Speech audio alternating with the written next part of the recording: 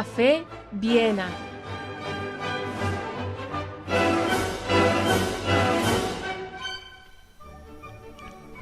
Acompáñenos a la Viena de principios del siglo XX, a un local situado en la plaza del Dr. Karl Lueger, para hablar con Miguel Anso Bastos, profesor de Ciencia Política, exitoso conferenciante y articulista en esta casa, máximo representante de la ortodoxia libertaria y ser entrañable donde los haya. Nuestro invitado lleva décadas batallando intelectualmente en soledad, pero su heroico esfuerzo no ha sido baldío. Con él hemos aprendido que el rey está desnudo, esto es, que el Estado debe ser considerado ilegítimo desde su mismísimo origen. No se lo pierdan. Primer acto. Introducción. Miguel Anso Bastos, bienvenido a Café Viena. Muchas gracias, José Augusto, es un honor. Es un honor para nosotros igualmente. Queríamos empezar preguntándote por cómo recuerdas tu niñez, ese primer contexto político y económico en el que se pueden desarrollar tus primeras ideas, tus primeros recuerdos. ¿Cuáles fueron en ese sentido? A ver, a mí no sé por qué, mi ambiente no estaba muy politizado, pero yo recuerdo que me gustaba mucho la política, me gustaba mucho ver la televisión. Aquellos tiempos eran los tiempos de mi infancia de la transición. Miraba pues lo que ocurría en la política. Pues estaba Adolfo Suárez, estaban todas aquellas disputas. Recuerdo el día del golpe de Estado, recuerdo esas cosas, y me acuerdo siempre ver los debates y estas cosas de política. Yo creo que ese gusto lo tuve siempre. En cuanto a mis lecturas, bueno, yo no leía, obviamente leía revistas políticas, eso sí, me acuerdo leer la prensa. Mi primer contacto con el liberalismo, así fue recuerdo leer en el Faro de Vigo, pues a un señor que se llamaba Moure Mariño, que defendía allí una cosa que era el libre mercado, y a mí aquellas cosas me gustaban, pero no profundicé mucho, la verdad se ha dicho, hasta la universidad. Pero me gustaba leer, y me gustaba leer mucho, sobre todo novelas y libros de historia. Siempre me gustó mucho eso. Después leí algo de economía en el bachillerato, pero no nada profesional. Recuerdo, en ese aspecto, mi adolescencia leer a Galbraith, un libro que tenía de introducción así a la economía, y me influyó mucho para que me gustara la economía. Y me gustaban aquellas cosas que discutía el señor. No sabía si estaban correctas o no, pero sí que me gustaban. Ah, fenomenal. Y bueno, ¿cuál fue también la educación y los valores que recibes de tu familia? Mi familia es una familia pues de clase media, pues no muy politizada. A ver, eran más bien personas conservadoras. Yo recibí una educación católica, en un colegio católico, pero no era una familia especialmente, digamos, con pensamiento muy elaborado en esos temas. Simplemente era un conservadurismo social. Pues me enseñaron los valores estos que me gustan, que aún los defiendo yo ahora, de trabajar y ser serio y otras cosas así, ¿no? Y ciertos principios éticos que me fueron útiles toda la vida, pero no era, digamos, un pensamiento elaborado que yo discutiera en casa, Russell Kirk o cosas así, ¿no? Sino, bueno, pues era el ambiente social que me rodeaba, pues de una familia de clase media de la época, y que me educaron así en estos valores. Así quisieron mis padres que tuviera yo y mis hermanos una educación católica, y enseñaban estos valores de seriedad, de cumplir y así, pero nada, repito, nada sofisticado. Ya. Y entonces, bueno, tú en el colegio ya te vas haciendo a la idea de qué quieres estudiar una vez llegado a la universidad, algo relacionado con las letras, que me imagino que era tu pasión, alguna carrera de... Era una cosa rara, porque a mí me gustaba mucho la literatura, y me sigue gustando leer libros de literatura o de historia. Y después siempre tuve mucho gusto por las ciencias sociales. Hay cosas que sé que no se me dan bien. En general las ciencias no se me daban bien. No es que fuera malo, pero no me atraían mucho, no me parecían para mi tipo de mente, no adecuada. No es que la suspendiera ni nada así por el estilo, pero tampoco era bueno en ella. Entonces siempre fue por letras. Y en las letras, como quería hacer economía, pues pensaba que la economía era matemáticas, pues estudié letras mixtas, lo que se llama antes letras mixtas. Estudié latín, griego y matemáticas. Eso sí que sí, pocas personas estudiaron eso. La gente que estudia esto estudia letras puras o ciencias puras. Yo estudié lo que antes se llamaba mixtas. tu interés era sobre todo las ciencias sociales, en tu adolescencia te vas dando cuenta de eso en el colegio y que lo que más te puede interesar es la economía. Y cómo recuerdas ese inicio de tu primer contacto ya a nivel más formal con la carrera de economía? ¿Ibas con ciertas ideas favorables a la libertad o cómo entras tú en ese mundo? Yo era más bien conservador.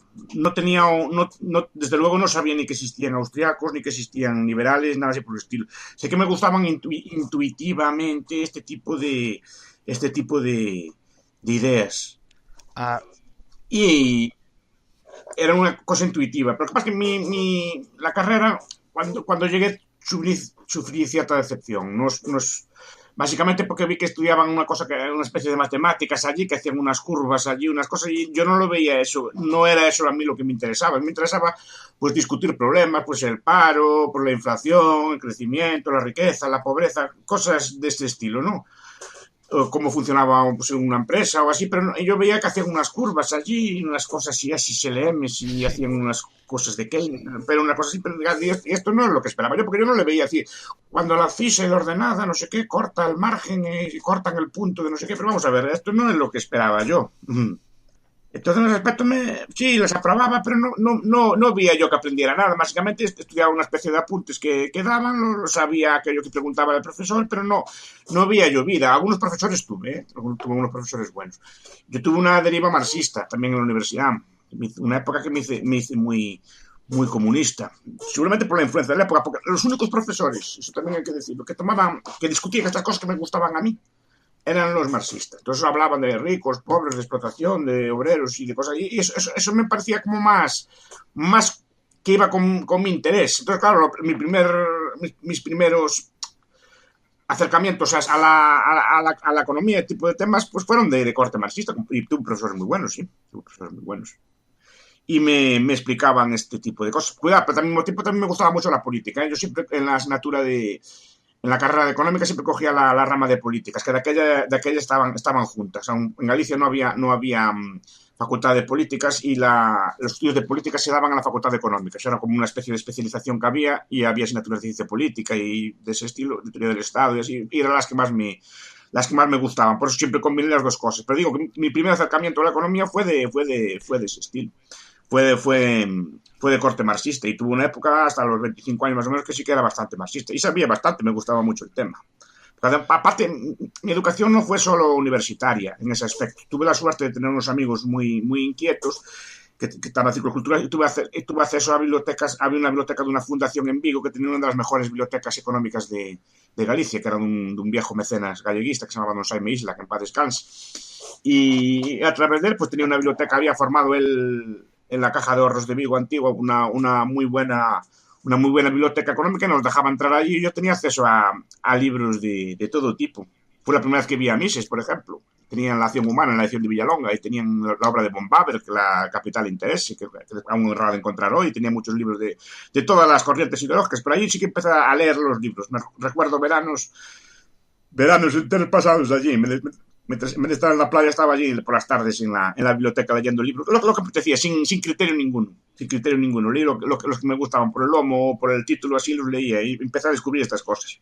Después, sí, ya en el doctorado yo empecé a formarme Ah, más. ya, ya, o sea, se puede decir que solo, bueno, que debido a tus ansias que eso ya te venía de la niñez, de ser un lector voraz, acabas dando con otra serie de libros que te encuentras en esa biblioteca y es lo que Sí. es la primera cuña que encuentras para de alguna manera ir abandonando el marxismo al ver otras alternativas.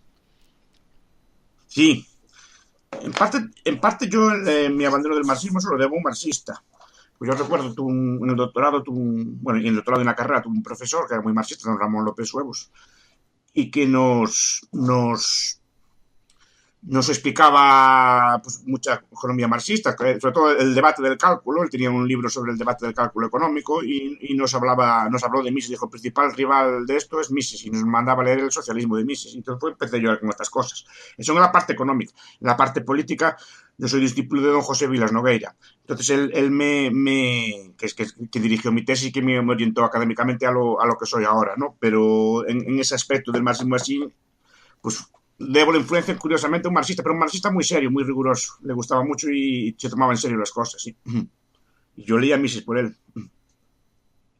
Empecé ahí, porque mi liberalismo era como intuitivo al principio. Era un liberalismo muy neocon, muy así, muy tipo Milton Friedman, muy así, muy de ese estilo, ¿no? Y muy public Ah, choice, ya. muy Buchanan y así. Y después lo fui puliendo, que eso con el tiempo, claro. Ah, Pero en la carrera, yo te digo una cosa, en la carrera yo no oía hablar de estas cosas. A lo mejor yo no presté mucha atención o no tuve la suerte de encontrar profesores que me hablaran de esto. Pero no recuerdo haber estudiado formalmente este tipo de cosas liberales, nada así. Lo más de a la derecha que había en aquellos tiempos eran los keynesianos. Yo no tuve profesores ni siquiera Chicago ni nada así. O era una mezcla de marxistas, que para mí eran los más interesantes, y después los mainstream de la época, que eran ah, keynesianos. claro. Y los cuales yo no veía vida, solo veía gráficas y dibujos y cosas así, pero no veía que resolvieran problemas. El paro era un cruce de unas curvas, una cosa así, ¿no? Entonces cuando yo vi a Henry Hadley por primera vez, o este tipo de cosas, vi como abrí como los ojos, vi como una cosa que me impresionó muchísimo, que explicaran el paro y esta cosa de una forma distinta. Fue una cosa ecléctica. Yo, a diferencia de los austríacos modernos, los que sois, o los liberales modernos sí que tienen acceso, bien sea por internet o bien porque ya hay profesores o porque hay institutos como el Juan de Mariano o el Juan de Lugo, así que ya orientan a la, a la gente y les dan como un plan de lecturas. Yo no tuve un plan de lecturas. O sea, fui picando de aquí y de allá y lo fui descubriendo. Después sí que fui encontrándome con gente así como vosotros o aquí en Galicia con mis discípulos, que empezamos a discutir estos temas, pero no había una educación formal. Una educación formal. Yo la primera vez que estudié esto formalmente fue cuando fui al Mises en el año 2000, o sea, hace ya muchos años, pero no tuve una educación, digamos, formal, es decir, que me explicaran cuáles eran los principales libros, cuáles eran los principales temas, ni una guía. Fui así picando de aquí y de allá. Claro, sí, sí, no, bueno, obviamente mucho más mérito que, como bien señalas, los jóvenes de ahora que tienen la posibilidad de poder estar mucho mejor encauzados en estas ideas, todo mucho más sistematizado, acceso a todas las obras por internet, pero también por institutos, por think tanks que de mucha repercusión en este ámbito, y cosa que a ti te faltó, obviamente, en tus inicios. Sí, no sé si fue bueno o malo, Ah, ya. en el sentido de que yo estaba muy solo académicamente, no vitalmente, ¿no? Pero académicamente estaba muy solo. Las ideas que yo defendía no había yo nadie que las defendiera, no conocía a nadie por aquí que defendiera esto. Entonces yo era visto, y aún sigo siendo, pero bueno, cada vez menos como un ser Claro. excéntrico, que tenía unas ideas raras, así se dedicaba explicaba este tipo de cosas y así, y pero nadie defendía esto, o sea, no era una cosa, no tenía yo con quién hablar, o sea, con quién discutir estos temas o así. Ahora sí que es posible. Eso tiene una ventaja que me hizo muy, muy ortodoxo.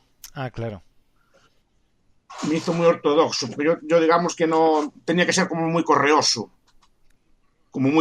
no tenía que ser, estaba siempre discutiendo con todo el mundo, bueno, no, me atacaba o me veía cosas rato, yo tenía que buscar una respuesta a todos y cada una de las cosas que me decían. Exacto.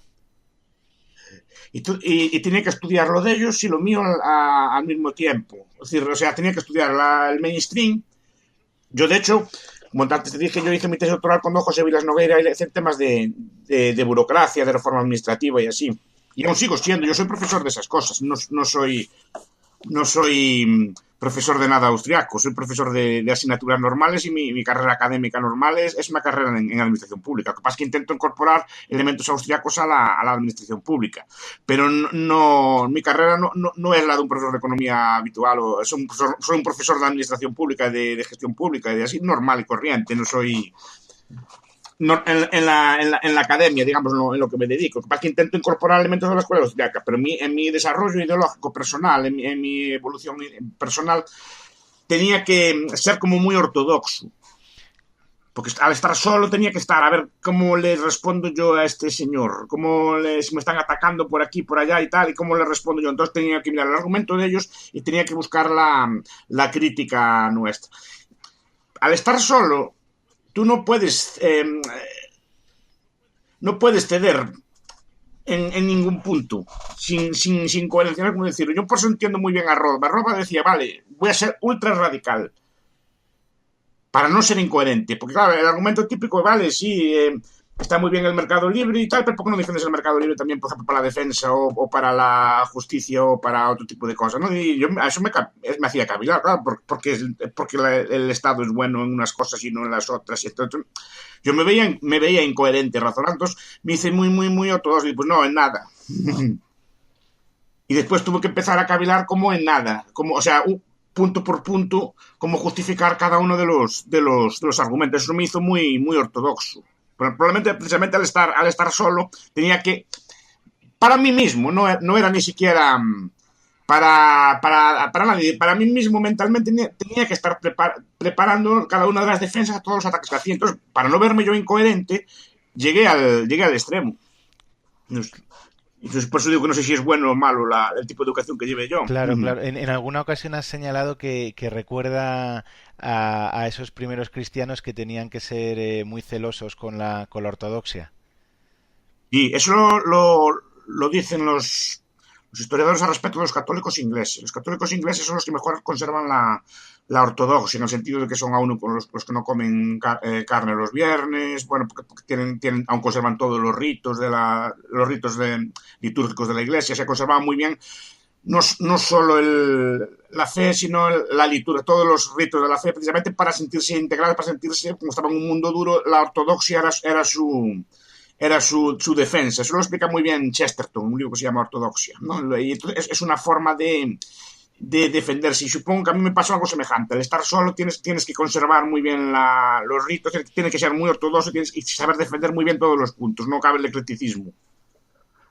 Entonces, claro, mi educación no es como la de una persona moderna, así como vosotros que estáis sujetos, ya tenéis un ambiente liberal, entonces ya estáis sujetos a más otros. No tenéis necesidad, al no estar solo, no tenéis necesidad, digamos, de autoafirmaros, de tener que defenderos, ¿no? Entonces esa rocosidad se pierde, como de los antiguos cristianos, claro, o de cualquier idea que tú defiendas en solitario. Tienes que tenerla muy, muy clara y claro, llegas al extremo, claro. Exacto. Segundo acto. Nudo. Miguelanso, pues una vez analizada tu trayectoria y tu evolución, vamos a pasar a hablar de tu obra, de tus aportaciones. En el doctorado, por ejemplo, bueno, ya lo has comentado de alguna manera, pero inicias una línea de investigación que luego posteriormente has mantenido o has ido luego por otros derroteros. Sí, no, a ver, mi tesis doctoral es sobre burocracia y sobre reformas administrativas. Y en ese tema llevo trabajando toda mi vida. Lo que pasa es que fui incorporando pues elementos de la escuela austríaca al estudio de la administración pública. Por ejemplo, me interesa muchísimo el tema del cálculo económico, ¿no? En mí se tiene un libro que se llama Burocracia que incide pues, en muchos problemas de la gestión burocrática derivada del cálculo, de los incentivos, de una serie de elementos. Pues esos elementos los incorporo yo al estudio de la administración pública o al estudio de las reformas administrativas. O sea, incorporo cuando estudio, por ejemplo, la gestión pública, así explico los problemas que tiene, claro, y que no... O sea, estudio el mismo tema, pero lo estudio desde un punto de vista, digamos, poco convencional en mi área y distinto. Voy explicando que todas esas cosas de las externalidades y esas cosas que justifican la intervención administrativa no son correctas, que la administración pública en principio no tiene ni casi ninguna función de ser, pero ya una vez que existe, cómo se puede hacer pues para mejorarlo, que funcione o cómo evitar, digamos, el mínimo daño posible. ¿No? Esa es mi postura.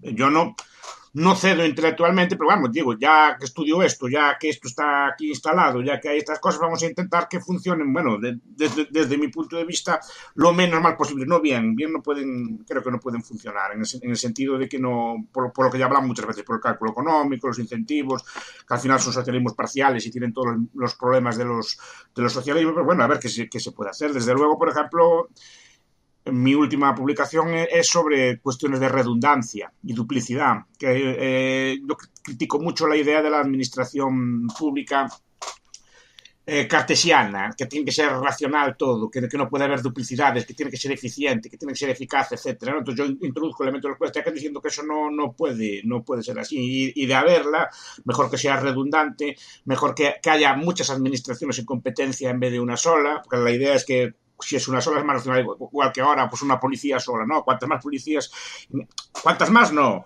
hay un número, y no por haber menos va a funcionar mejor, ni por haber más va a funcionar mejor. Lo que importa en última instancia es el gasto global, no el número de administraciones que existan. Entonces me gustan las administraciones barrocas, tipo la Suiza, por ejemplo, no la administración cartesiana tipo francés. Y ese tipo de cosas las voy explicando, repito, partiendo siempre del punto de vista de qué es lo que ya hay. Ya que tengo que explicar eso y estudiar eso, lo voy explicando incorporando elementos austriacos en la administración pública. Hay algunos autores, y lo descubrí con curiosidad, que aplican en América. No son austriacos, pero no son austriacos, pero incorporan elementos de la escuela austriaca al análisis. Por ejemplo, Vincent Ostrom, por ejemplo, que es un estudio, incorpora mucho este tipo de ideas, sin saber que era el marido de Linor Ostrom, y entre los dos sí que sabían algo de esto, sí que incorporaban temas de esto. O sea, te sorprendes que estas ideas nuestras no son tan desconocidas, ni siquiera en ese ámbito. ¿Qué pasa?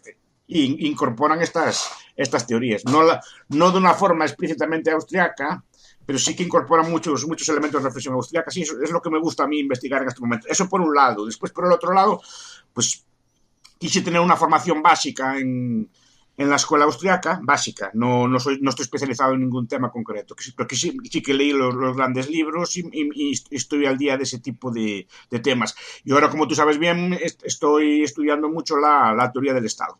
Y eso sí que fue culpa vuestra, más bien. Sí, bueno, claro, es una asignatura que impartes en el máster de OMMA. De alguna manera también la das como tal en la universidad, allí en Santiago. Desde hace unos años sí, porque tengo una asignatura de instituciones políticas, pero eso ya es más reciente. Cuando se marchó el profesor antiguo, pues quedó una vacante para dar una asignatura en la Facultad de Periodismo hace 10 años. Y me la asignaron a mí, que estoy muy contento porque allí sí que puedo explicar este tipo de cosas y debatir ya temas más no tan especializados, sino de política en general.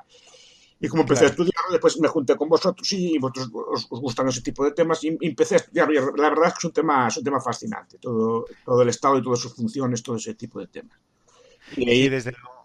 Sí, a partir de esas clases en el máster, luego en el propio y el Instituto Juan de Mariana, porque Mariana Mariana siempre también. me preguntaban, cuando iba yo a los veranos, siempre me preguntaban temas de este estilo, de libertad. Entonces, claro, yo empecé a estudiarlo más en serio y es uno de los temas que estudio ahora también, sobre todo el origen del Estado, el origen, de dónde viene. O sea, el origen se llama el Estado prístino, ¿no? De dónde viene el primer poder y después cómo podría, lo mismo que cuando era joven, cómo puede ser todos y cada una de las cosas que presta el Estado, si se pueden, por lo menos teóricamente, prestar de forma privada. Porque lo primero es eso. Independientemente que sean anarquistas o no sean anarquistas las personas, lo que tengo que hacer yo es pensar, creo que es mi línea de investigación, pensar todas y cada una de las funciones del Estado cómo podrían ser prestadas de forma no coercitiva, bien sea por el mercado, bien sea por el tercer sector, que se llama así, ¿no? O por la economía voluntaria. Y una por una. Entonces, y todas las objeciones y todos los fallos. Y eso creo que no se había hecho nunca en profundidad, por lo menos en el mundo hispano. No conozco yo reflexiones a este respecto, de todos y cada una de las cosas, por ejemplo, de la guerra, de cómo sería la defensa de una sociedad no capitalista, qué tipo de... Eso no es raro, hay literatura en América y así, pero no hay mucha, en nuestro ámbito no hay mucha gente que se dedica a estudiar este tipo de cosas. Entonces, en este aspecto es muy reconfortante. Pues sí, sin duda. ¿Y tienes pensado en un futuro poder de alguna manera esto recopilarlo en una obra, en un manual universitario o en algún libro de divulgación? Debería hacerlo. Yo lo que pasa es que yo tengo horror a escribir. So- yo escribí 2 libros, pero no sé cómo decir, necesita una concentración inmensa. Por eso admiro mucho a los que los hacen. Necesita una concentración inmensa en mucho tiempo y ponerse a escribir. No es que no sea capaz, ya, porque ya lo hice, ¿no? Entonces sé que soy capaz. Pero me requiere tanto tiempo y yo, por desgracia, para mí soy muy disperso. Tengo demasiada curiosidad. No soy capaz de centrarme en un tema. Entonces estoy estudiando un tema y empiezo a picar en otros y así y me despisto. Necesito, hay disciplina. Necesito, por ejemplo, la disciplina que tenía en la tesis. Puede parecer extraño, pero claro, mi difunto maestro me mandaba a hacer las cosas. Yo le tenía mucho respeto. Entonces yo hacía las cosas por temor, casi, ¿no? A lo mejor es una cosa un poco extraña, pero si no tengo yo presión, igual que los artículos que escribo, los escribo porque tengo una presión de que tengo que entregarlos un día, si no, los iba dejando y no los haría. No, porque yo me conozco. Y no es que no sea capaz, es que le tengo horror como a escribir. Porque, primero por baja autoestima. Yo soy un ser de muy baja autoestima. O sea, no pienso que no aporto nada, que no sé nada, que eso es lo que digo yo ya lo sabe todo el mundo. O sea, no me considero así en mucho. Entonces digo, ¿para qué voy a escribir total? Esto ya lo sabe todo el mundo, ¿para qué voy a perder el tiempo? Ya seguramente ya lo dijo ya mucha gente antes y no, yo no hago más que repetirme. Entonces no, lo voy dejando. Y después también, vitalmente, a mí me gusta más aprender que escribir. Me gusta, tengo más curiosidad intelectual por estar aprendiendo cosas para mí que escribiendo. Porque digo, repito, no pienso que aporte nada, ni que diga nada, ni nada así. No es falsa modestia, soy yo así. Los que me conocen ya saben que soy así. Ya me consta, pero bueno, es una barbaridad pensar de esa manera que no aportas nada cuando es Pero es todo, así todo como lo salí yo. contrario. yo Sí, sí, sí, sí, sí. y no, Y bueno, no es falsa lo modestia. sé, lo sé. ¿Y cómo es ese día a día en la universidad enseñando este tipo de cosas que van tan contracorriente? A ver, yo no me pongo ¿Cómo la... te enfrentas tú a eso? Yo siempre tuve una cosa, es una cosa de las cosas buenas que aprendí en la escuela austríaca, que es el subjetivismo. O sea que cualquier acción humana tiene 2 partes, no es solo lo que digo yo. Yo también tengo que ver si lo intento, otra cosa que sea capaz, de ponerme en la piel del estudiante. En el sentido de que a mí muchas cosas que vi yo en la universidad a mí no me gustaban, ¿no? Que el profesor llegara allí, pues no todos, pero algunos soltaban una especie de rollo, no dejaban discutir, no dejaban hablar, y había que repetir en el examen tal cual ellos decían, ¿no? Mm. Eh, y a mí eso no me gustaba. Entonces intenté siempre que las clases que doy yo pues que sean participativas y que sean... Y que intento hacerlas, al menos intento hacer que a ellos les guste. Si lo consigo o no, ya es otra cuestión. Eso ya yo no puedo ponerme en eso. Pero yo intento hacer que a ellos les gusten, intento que participen. Intento que el hecho de venir allí a perder la mañana o estar allí en ese aula que les merezca la pena. O sea, Claro. intento, por ejemplo, no darles apuntes. Le doy los textos siempre antes, para que a la clase, si quieren ir, pues que vayan con un conocimiento previo y que puedan discutir conmigo. Y reconozco que me gusta la bronca. Si no hay bronca, no estoy yo satisfecho. O sea, me gusta que se impliquen. O sea, que lleguen a casa eh, impactados, no en el sentido de que bueno, que malo, sino que digan, este señor que nos dice, ¿tiene razón o no? ¿Qué pienso yo al respecto? ¿No? Digamos que les impacta de una forma u otra y sobre todo que discutan entre ellos al salir. Eso es lo que más me gusta. O sea, que les demuestren que la clase, si sirvió para algo, es para interesarlos en el tema. No, a lo mejor no que estén de acuerdo con lo que yo diga, sino que les interesa lo que yo estoy diciendo y que les interesa el tema que estamos discutiendo. Que sé que hay vida y belleza en estas asignaturas y estas cosas, ¿no? Y que ellos, por su cuenta, busquen aprender más. Eso es lo que quiero yo. No aprender en una clase poco se puede hacer, pero sí conseguir que durante el resto de su vida sí que les interese el tema. Eso es lo que quiero yo. Entonces intento explicarlo y siempre traigo unos temas, más o menos voy siguiendo unos tacos de textos, cada semana, cada clase explico uno, hablo yo y normalmente después me interrumpen y pelean y así está bien. Y bueno, y me imagino que de ahí, que es otra de tus grandes aportaciones, ha surgido el gran movimiento libertario en torno a tu figura allí en Galicia, ¿no? En muy buena medida a partir de esas clases y luego, bueno, la proyección que está teniendo también con el instituto que has fundado, el Xoán de Lugo. Que por cierto, que es más viejo que Juan de Mañana. Lo que pasa es que también con mi habitual vagancia no hago yo nada. Simplemente nos juntamos, hay unos alumnos y unos amigos que comparten estas ideas y teníamos una especie de cenas o así anuales, pero más que nada para juntarnos y hablar entre nosotros. No tenía gran actividad. Vosotros el mérito que tenéis es de iniciar una actividad formal, formativa y cosas por el estilo. Nosotros es más bien un club lúdico. Pero Pero, no era. sí, dime, dime. Y ya pusimos nombres de santo, repito, antes que vos. Ah, sí. No, no. Vosotros cogisteis un santo y nosotros tenemos otro santo de antes. Sí, sí, sí, sí, sin duda. Y bueno, en ese sentido también me gustaría hilarlo entre tus aportaciones, pues está el rescatar el tradicionalismo, el insertar el tradicionalismo en la tradición libertaria. Yo creo que es algo de las aportaciones de las que más orgulloso te puedes sentir. Es orgulloso los que hicieron las obras. Yo intento pues, decir que hay una tradición perdida, que hay una tradición intelectual perdida en España y creo que debería ser recuperada y sobre todo por los libertarios. A ver, esto lo descubrí yo un día por casualidad, muy, muy, muy por casualidad. Estaba leyendo un libro sobre política urbanística. Ujú. ¿Eh? Política urbanística. Curioso, Que, curioso, sí. sí, sí, y había un señor, que por cierto que fue alto cargo del gobierno Felipe González, decía, dijo allí una cosa, la verdadera tradición liberal, libertaria de España son los carlistas, ¿cómo? Dije yo, sí, no son los liberales. Lo ponía allí, pero como a pie de página, no le daba más importancia, ¿no? Fue una casualidad, o sea, y esto que es como que los liberales carlistas, sí, yo los tenía siempre los tenía, bueno, pues unos carcas, es una gente así que defendía así, cosas así.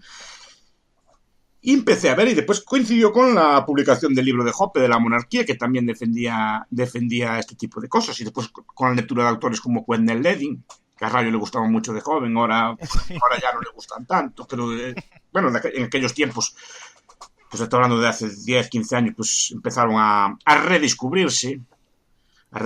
Porque el Wendell Levin en los años 60, 50 estaba traducido y la obra de él la biblioteca estaba por lo menos. Y empecé a ver que efectivamente que había una. Porque cuando él también hizo algo parecido. Él defendía mucho este tipo de cosas. Y empecé a ver efectivamente, pero no empecé a verlo, empecé a leer los clásicos, ¿no? Empecé a leer. ¿Cómo se llama? A Gili Robles. Gili Robles, que es el padre del que fue el líder de la CEDA. Ajá. Y lo leí en un tratado de derecho administrativo. Claro, es un tratado de derecho administrativo del siglo XIX, nadie se le ocurre leerlo. Pues será un derecho administrativo anticuado, ¿no? Perdón, tratado de derecho político, no administrativo. Nadie se le ocurre leer un tratado de derecho político del siglo XIX, un manual universitario, pues supongo ya estará todo pasado, ¿no? Y aquí era un antistatista, que son una banda así como de ladrones, una banda de bandidos, una cosa por el estilo, todo. ¿Qué? Y entonces empecé a investigar así en los ratos libres y la biblioteca, gracias a Dios, tengo una biblioteca universitaria muy buena. Lo bueno de tener una universidad vieja es que tienes libros muy antiguos. Ah, claro.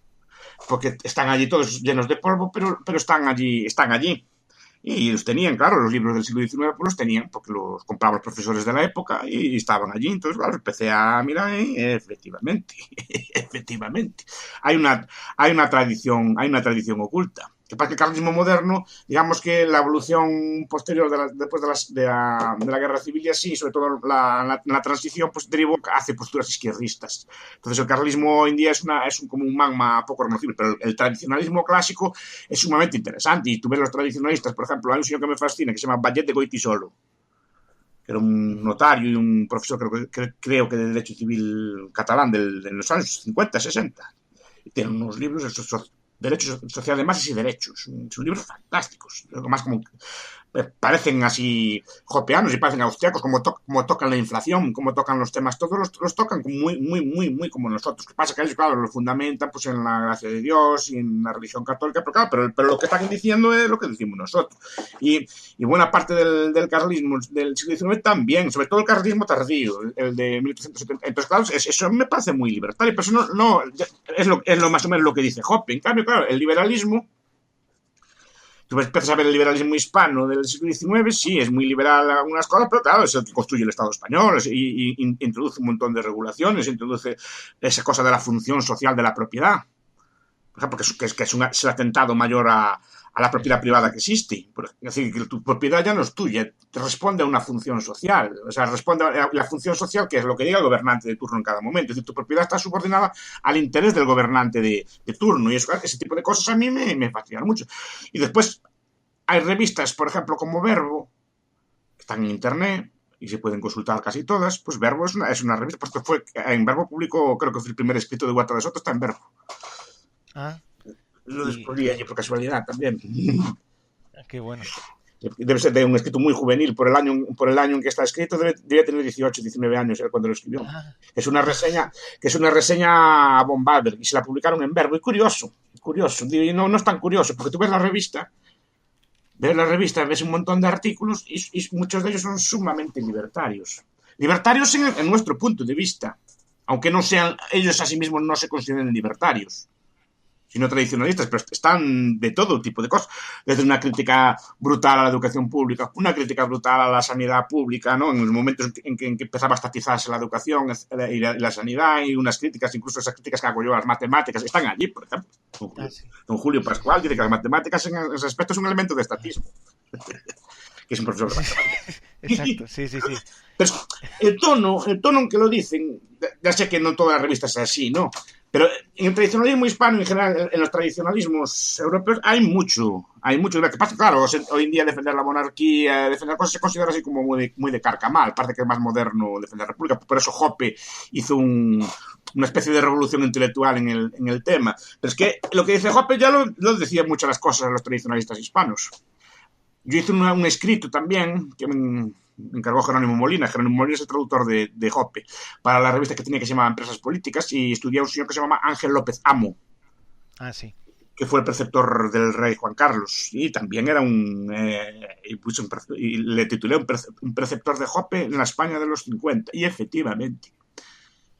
Y Jerónimo Molina no me creía, al final me dio la razón. Es decir, que era, porque en cuanto lo leyó en profundidad, leyó las obras más grandes, los tratados de la Guisemenis y el pensamiento medieval, y efectivamente pensaba, es un proto-Hoppe, no exactamente como Hoppe, pero sí que el proto-Hoppe, incluso también en el ámbito económico, cosa que me llamó la atención. Pues en vez de defender la protección del trabajador y defender las encíclicas y así, defendía el libre comercio, por ejemplo, en el ámbito laboral y en ese tipo de ámbitos. Pero muy como lo razonamos nosotros. Entonces digo que es una tradición perdida y oculta. No sé si tiene mérito o no, pero digo que redescubrirla habría que redescubrirla. Y mi tesis era que si se hubiera esa tradición, si hubiera evolucionado, si se hubiese seguido, si los, digamos, liberales hispanos, los libertarios hispanos hubieran seguido en esa tradición, en vez de seguir la tradición liberal, digamos, ortodoxa, creo que el pensamiento actual de la derecha española o el pensamiento actual de los libertarios españoles sería muy distinto.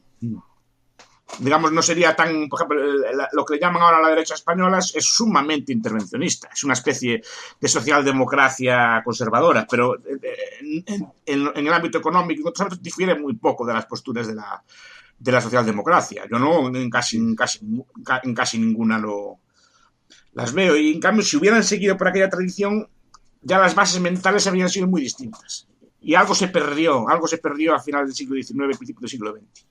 Y la derecha que sale ya con Maura y con esta gente ya es una derecha sumamente estatista, intervencionista, etc. No digamos ya después con la Segunda República, Calvo Sotelo y todo esto. Yo hice un trabajo sobre Calvo Sotelo, sobre el pensamiento político de Calvo Sotelo. Claro, Calvo Sotelo, el mártir, el que murió antes de la guerra, ¿no? Pues era una persona sumamente intervencionista, porque debemos ver si fue el que nacionalizó la Cansa. Fue el que nacionalizó el petróleo y hizo unas manipulaciones en el presupuesto sin precedentes, en plan keynesiano, y esto es el referente de la derecha española.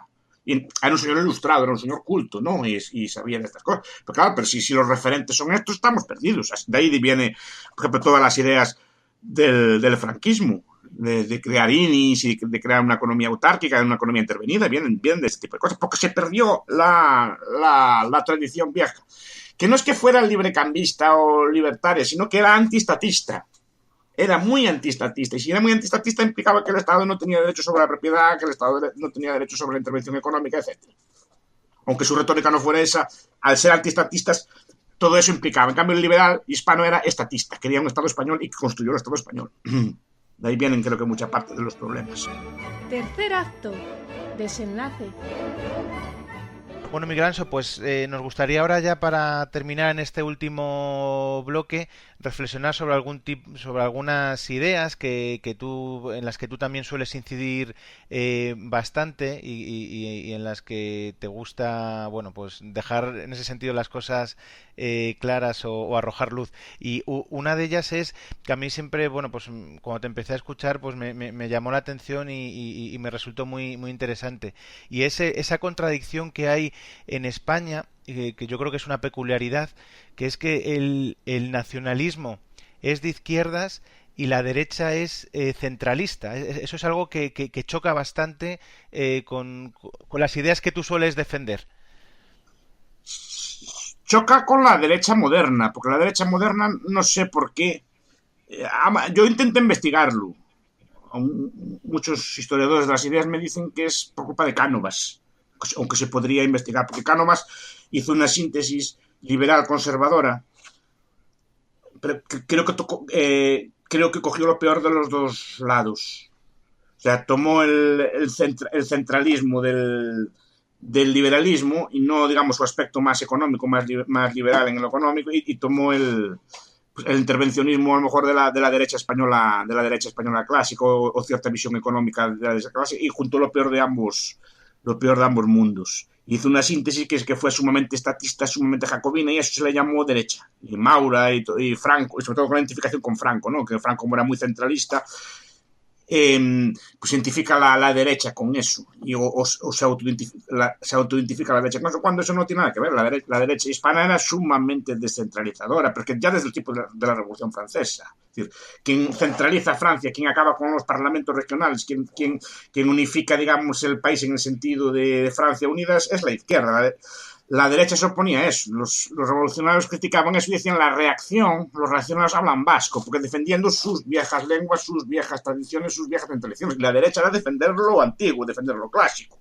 Entonces lo normal era eso, una idea descentralizada o compuesta, que se llaman así, del país. Ahora se intentó unificarlo, hacerlo jacobino. El jacobinismo es una ideología de la igualdad, así que todo el país tiene que ser igual. Todos tenemos que hablar la misma lengua, tenemos que tener la misma moneda, todos tenemos que tener la misma educación, todos tenemos que tener los mismos servicios a los mismos cosas. Y eso es una idea igualitaria, no es una idea propia de la derecha clásica. La derecha clásica lo que le gusta es la desigualdad, la diversidad, que haya muchas cosas. Eso está no solo en los libertarios, todos los conservadores defienden eso. Por ejemplo, yo siempre recomiendo leer a Russell Kirk, por ejemplo, La mentalidad conservadora.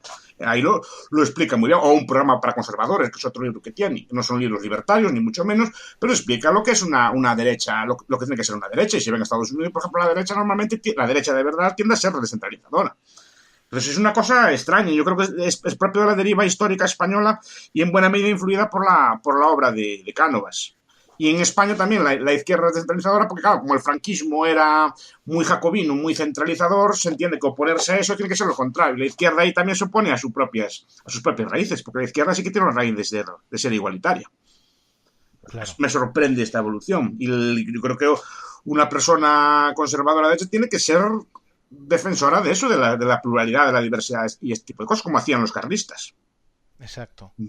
Y en ese sentido, ¿qué solución ves, ahora que está de tanta actualidad, obviamente, para Cataluña? Es que el caso catalán, vamos a ver, es un tema, no sé si dará para unos minutos para explicarlo. Yo, en principio, es que es muy complejo, claro. Yo defiendo el derecho de secesión. O sea, es que es un derecho, además, sumamente conservador. Quiere decir que si un grupo de personas no están contentas en una política, tienen el derecho de secesionarse en paz, obviamente, no con guerras ni con cosas por el estilo, secesionarse en paz y llevándose bien. Y históricamente el derecho de secesión, por ejemplo, la secesión del sur fue apoyada por el Papa, por ejemplo, fue apoyada por todas las monarquías conservadoras de Europa. Los carlistas fueron a pelear, curiosamente, por el sur, y no era por la cuestión de la esclavitud, era por la cuestión de los derechos del sur, que muchas veces se confunden las cosas. Es decir, no peleaban por la esclavitud, peleaban por el derecho de aquellos pueblos que no estaban contentos en aquella unión a secesionarse. Entonces es un principio que además que modera mucho el poder político. Porque si tú tienes el derecho de marcharte, eso impide que el poder pueda abusar mucho de ti. Por eso existen cláusulas en ese sentido. En el país más conservador del mundo, que es Liechtenstein, cada uno de los cantones de Liechtenstein tiene derecho de nulificación, tiene el derecho casi de secesión del territorio, porque eso modera el poder federal. Puede decir, si usted puede hacer lo que quiera, pero así como abuse, marchamos, que eran las cláusulas que había en la Constitución americana antes de la guerra civil. Entonces, en ese aspecto, yo defiendo el derecho de secesión. Ahora, claro, como lo están haciendo los catalanes, no creo que sea la forma más correcta de hacerlo. Además, no creo yo que... No sé, será por mi punto de vista, no sé por qué unas personas que quieren marchar tienes que tenerlas tú allí contigo. A mí ya... Sí. Será porque soy muy liberal. Bueno, si mi novia no quiere andar conmigo, bueno, pues que se marche y se marche en paz, ¿no? Que le voy a hacer la vida imposible. Pues si quiere marchar, quedamos como amigos y ya está. Exacto. Porque vas a tener que perseguirlo, no sé qué, que no se marche, que no se vaya. Sé que la analogía no es correcta, no es exactamente lo mismo, pero sí que algo de eso hay también. Si es un grupo de personas que quieren marcharse, deben tener el derecho a marcharse, asumiendo los costes. Porque aquí es donde veo yo que falla el sistema. Si una persona, yo quiero marcharme de casa de mis padres, yo tengo que asumir unos costes. Gano en autonomía, gano en libertad, pero tengo que pagarme yo el piso, tengo que pagarme un montón de cosas a mayores. Tengo que asumir unos costes. Lo que pasa es que aquí veo yo que quieren marchar, pero que no quieren asumir los costes. Quieren tener una serie de hacer una serie de cosas que no saben que no van a poder cumplir. Y eso es lo que veo yo, que no hay ganas de asumir costes. Es decir, un pueblo... Y yo no creo en los colectivos, porque después también obviamente creo que si dentro de Cataluña hay colectivos que se quieren secesionar de Cataluña, también tienen el derecho de hacerlo. O sea, si así lo desean. Comarcas o zonas que quieren marcharse. Pero la idea es esa, porque tengo yo que dar, porque tengo yo que, además, que gano yo teniendo un montón de personas que están a disgusto conmigo. Sí. Que no los quiero, o sea, por un lado veo que mucha gente los critica, los catalanes egoístas, ¿y para qué los quieres entonces contigo? Deja que se marchen. No hay un gran problema económico, pero parece que los quieres tener dentro, parece que pierdes algo tú. Y eso se debe al concepto geográfico del Estado. Sí. Que nuestra visión del Estado es territorial, no de personas, porque la gente dice, no, pues que se marchen, cojan un barco, como yo muchas veces yo, cojan un barco que se marchen para una isla, una cosa por el estilo. Y no le importaría a la gente que marcharan a los catalanes, lo que le importa es perder el territorio de Cataluña.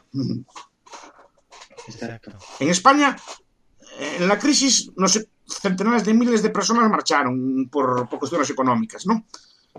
Que equivalen a la población de una comunidad autónoma.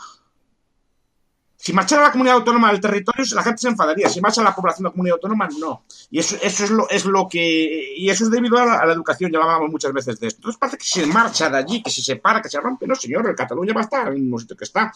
El mapa, ¿no? El famoso mapa. Claro, es el mapa mental, que se nos rompe algo en la cabeza.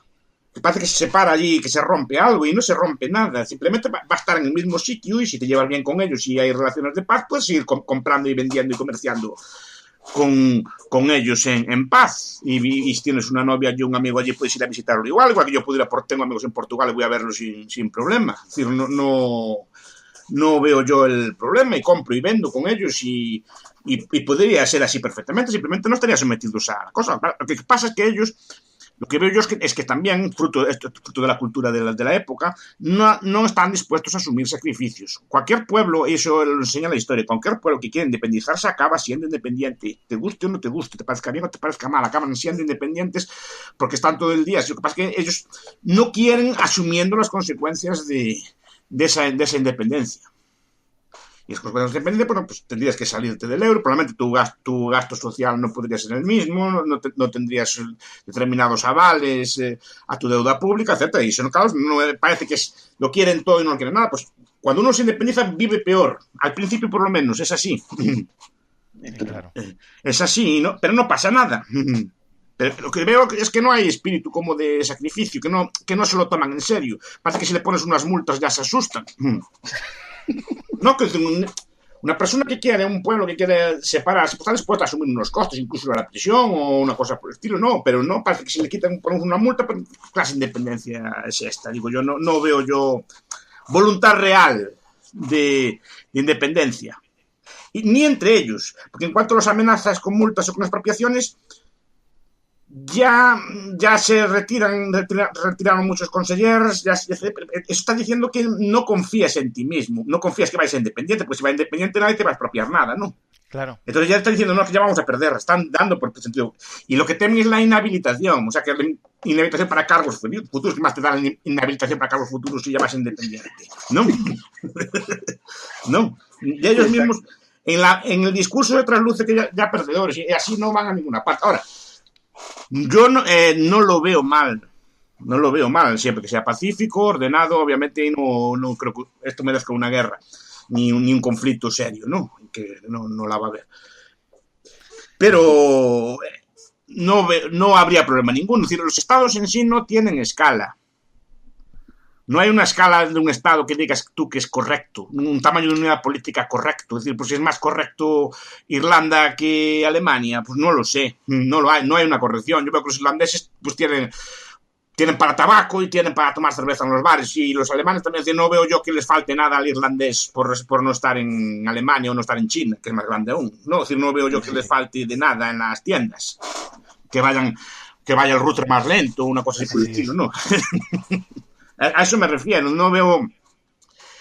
Y además me considero que la pluralidad de estados acostumbra a ser buena, porque la escala, aunque no es determinante, sí que tiene determinadas consecuencias. Los estados, cuando se hacen más grandes de tamaño, se meten en gastos que cuando son pequeños no tienen. Por ejemplo, un estadito pequeño normalmente no tiende a querer tener portaaviones ni cosas por el estilo, pero en cambio los estados ya cuando alcanzan una dimensión quieren tener su portaaviones, quieren tener fuerzas de proyección, quieren tener todo tipo quieren tener presencia en muchas embajadas y muchas cosas culturales, y entonces se meten en cosas que un estado pequeño no se mete porque sabe que es más costoso y que es más gravoso. Igual que un ayuntamiento grande tiene Palacio de la Ópera y los pequeños no tienen Palacio de la Ópera.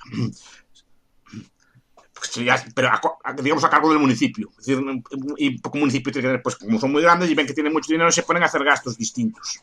Entonces la escala, además que un estado pequeño tiende a ser,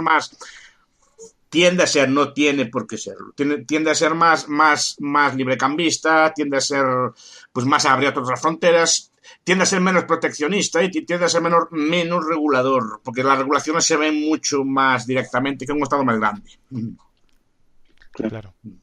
Además que dime, las empresas parece que está bien la competencia, no sé por qué tiene de malo la competencia entre estados, no tiene nada de malo. Hay un sitio que se llama Leopold Kohr, que a mí me gusta mucho, The Breakdown of Nations, o El Superdesarrollo, que es un libro que también absolutamente olvidado, que habla mucho de estas cosas, habla mucho de las constelaciones de estados, como buena parte de la cultura mundial se debe a constelaciones de estados pequeñitos. Por ejemplo, las polis griegas, que eran 100 polis griegas, las ciudades-estado del Renacimiento italiano, por ejemplo, incluso que tienen mucha peor fama, las taifas. Ya. Entonces, que fueron una etapa de prosperidad, los 80 o 100 años que duraron, muy grande, y nunca se reivindica, se consideran como una cosa despreciable.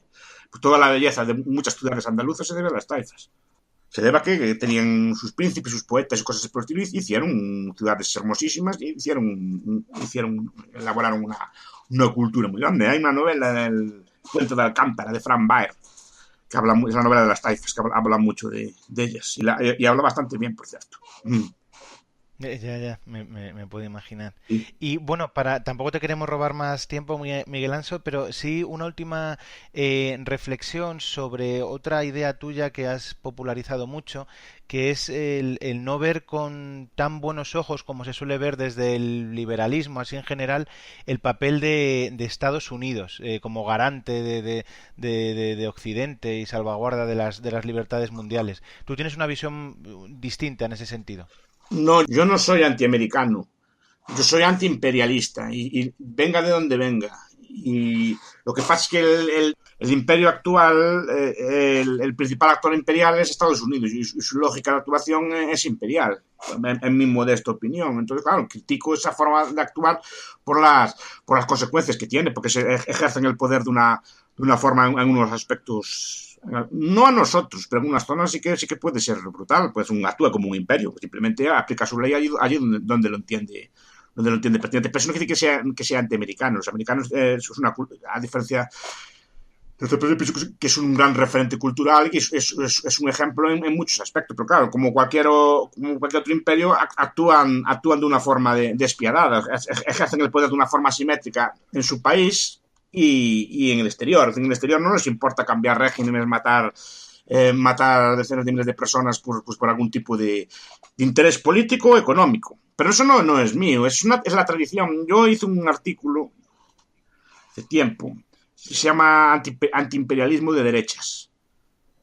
Y es un tema que me gustó mucho siempre, porque todos los imperios tuvieron siempre una oposición, y esa oposición al imperio era normalmente de corte conservador, no era de corte izquierdista. Y de hecho, por ejemplo, el imperio británico eran fuerzas progresistas las que defendían el imperio, y eran los conservadores duros, los manchesterianos, por ejemplo, y otros los que se oponían. Y en Estados Unidos, la derecha vieja, no la derecha nueva, no los neocon, los paleocon, eran radicales opositores al imperio americano, pero todos, no solo ya Rothbard y estos.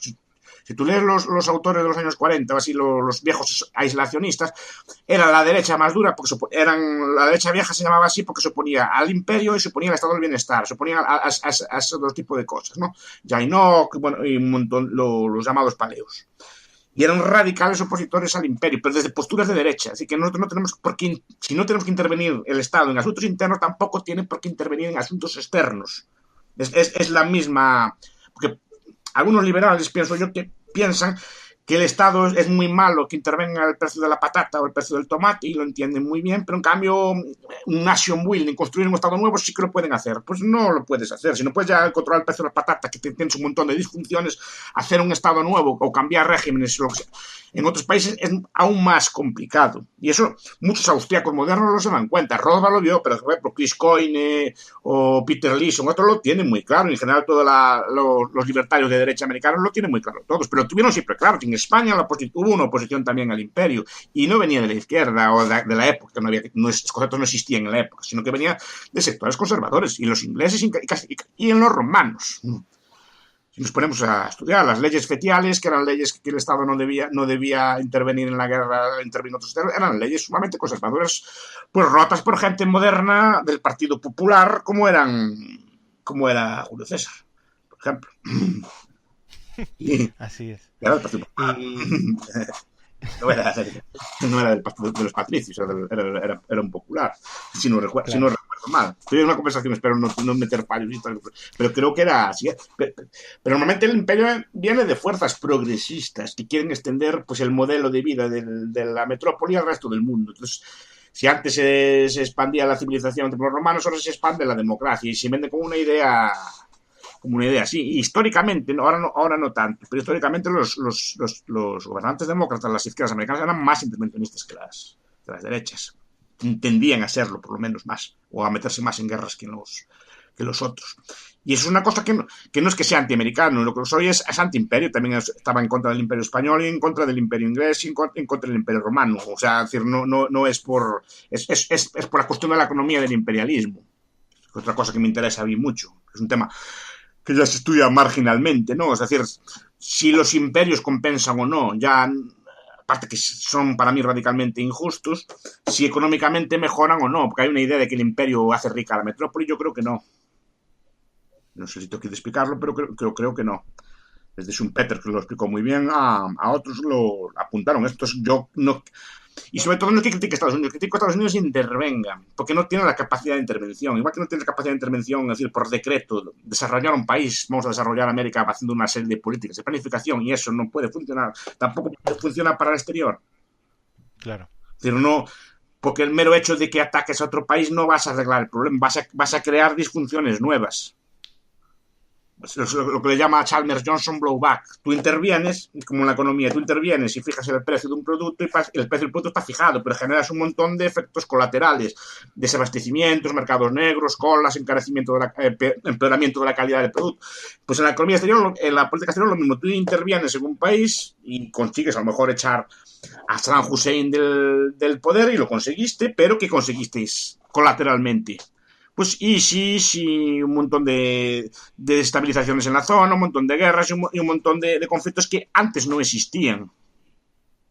Pues sí, echaste a Saddam Hussein, lo echaste, pero después ¿qué conseguiste crear alrededor? No. Lo mismo, querías echar abajo al Assad, ¿no? E interveniste allí para echar abajo al Assad. ¿Y qué está controlando ahí? ¿Y qué generaste? Pues un sitio, vacíos de poder en muchos sitios que fueron apoyados por todo tipo de guerrillas, y de ahí viene en buena medida el ISIS. Y ahora quieres intervenir contra el ISIS, pero es que el ISIS no es fácil de intervenir. Yo no estoy a favor del ISIS, obviamente, ni mucho menos. Pero digo que el ISIS no se le ataca así, interviniendo. Tienen que ser los actores nativos los que se encarguen de él. Yo creo que si le dejas al Assad encargarse del problema, él se encarga bien del problema del ISIS. Así que no le dejan tampoco. Es decir, por un lado lo atacan allí. ¿Qué? Lo bombardean a Assad también, pero él sabe bien cómo tratarlos. Es decir, que además es un problema de ellos, que no es un problema que yo personalmente entienda, pues son líos que tienen entre ellos hace mucho tiempo, pues son chiitas, sunitas, yazidíes o alawitas, o hay un montón de cultos ahí que entre ellos tienen sus líos, y yo desde fuera no sé cómo solucionar esos líos. Lo que puedo hacer es, sí, una cosa concreta, quitar al Assad o acabar el Estado Islámico, sí. Pero lo que va a venir después no lo sé. Ese es el problema. Y son los actores nativos los que saben arreglar el problema normalmente. Claro. A eso me refiero. Sé que hay que explicarlo con más calma, ¿no? Pero esa es la idea, de que el intervencionismo en política exterior también tiene consecuencias perversas. Porque por motivos de información no sabes las consecuencias ni sabes lo que tienes que hacer allí exactamente. Ese es el problema, que acabas generando blowbacks, como explica Chalmers Johnson. Pues... No soy antiamericano, ni mucho menos. Mucho menos. No, claro, esa es la idea de imperio. De idea de imperio, claro. Pues nada, Miguel Ancho, bueno, sí, solo un último chascarrillo que me preguntan muchas veces por ti, que corre una leyenda de que sales a un libro diario, no sé si eso es cierto o no. Es falso, leo más. Ya subí la media, ya conseguí subir la media. Pues nada, Miguel Anso, ha sido un auténtico placer esta entrevista y bueno, te mandamos un fuerte abrazo.